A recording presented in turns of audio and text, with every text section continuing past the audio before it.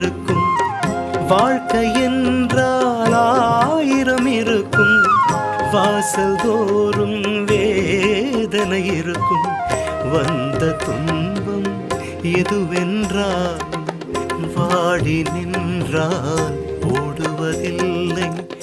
வாடி நின்றால் ஓடுவதில்லை. எதையும் தாங்கும் இதயம் இருந்தால் இறுதி வரைக்கும் அமைதி இருக்கும்.